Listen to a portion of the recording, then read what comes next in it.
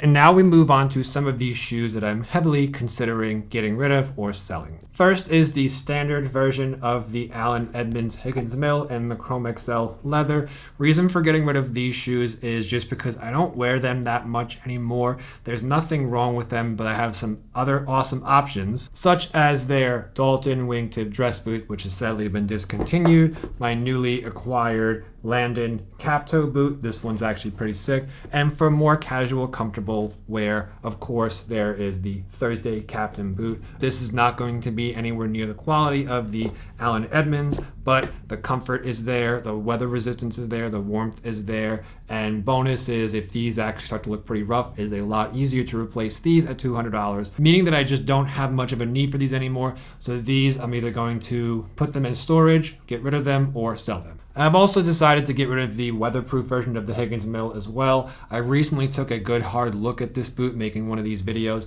and I noticed that there are just a lot of wrinkles in the leather. It just looks really rough for a boot that retails for $500. When you compare them to the original version, which has been discontinued, there seems to be a little bit less cushioning inside. I looked over here, there's a whole bunch of loose stitching. There's like a whole line of loose stitching. So overall, just not really satisfied with these boots anymore. They were great because they were waterproof and they don't get as hot as these. However, same thing like I just said, if I want to wear something as nice as this, I'm either going Thursday Captain, Edmonds Dalton wingtip, or those new Landon cap toe dress boots. The Chrome XL weatherproof leather just doesn't seem to be okay. Now I'm sure they will last a lot longer than something, let's say like a Thursday Captain, which is less than half the price, but I just don't like it when something looks this casual, since you really can't dress it up past a pair of jeans. Now this next one might come as a surprise to a lot of you. I am considering getting rid of the Haan Original Grand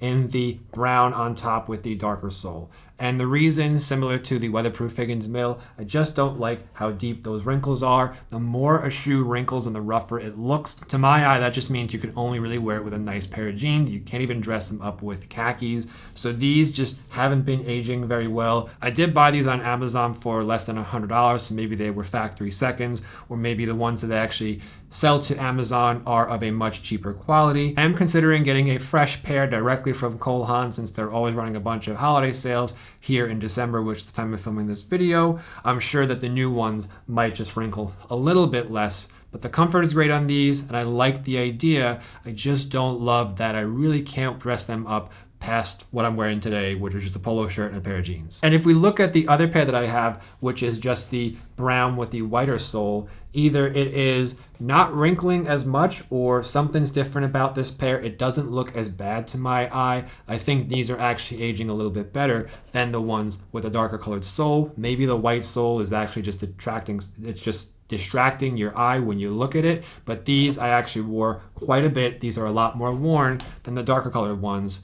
So I think it's just this particular pair, like this exact pair, not the original Grands as a whole. But I also have other versions of this shoe that are aging a lot better. These original Grand Chukka boots I've worn quite a bit in the rain already, always keep them in shoe trees, haven't really polished them, and the wrinkles don't seem to be as bad. So maybe if you do get them directly from Haan, you're gonna get a much better quality of them. I'm not 100% on getting rid of these. It has crossed my mind, but since I have a lot of other comfortable higher end options like the boots I showed you or even my McAllisters, those might be comfortable enough where I might not have a need to go out there and get another hybrid shoe like this. And finally, I have just started to consider getting rid of the Beckett Simonon Kent wingtip derby shoes. These things are absolutely awesome. The quality is top notch. They're very comfortable. They fit me a bit big. That's not the shoe's fault. And you could always just throw in a bigger insert just to take up some of that extra space as your foot swells. So no real issues there. I don't love how bulky they look. They really would be better as a pair of boots. And if I could do it all over again, I would just go straight for the Nolan Brogue boot, which is just the Kent wingtip in a boot style. It just looks a lot better to my eye. But when I'm honestly comparing it to something like the McAllister, which isn't quite as comfortable, they don't feel too different once you get over that initial discomfort. And the last few times I've worn the McAllister, it actually hasn't bothered me. I did get new socks recently, so maybe it's just more comfortable. There's more cushion on the inside, or maybe the shoe is continuing to break in. But these I took on a decent 2-mile walk recently and my feet were feeling pretty good. Whereas these I always thought were going to be a lot more comfortable than the McAllister.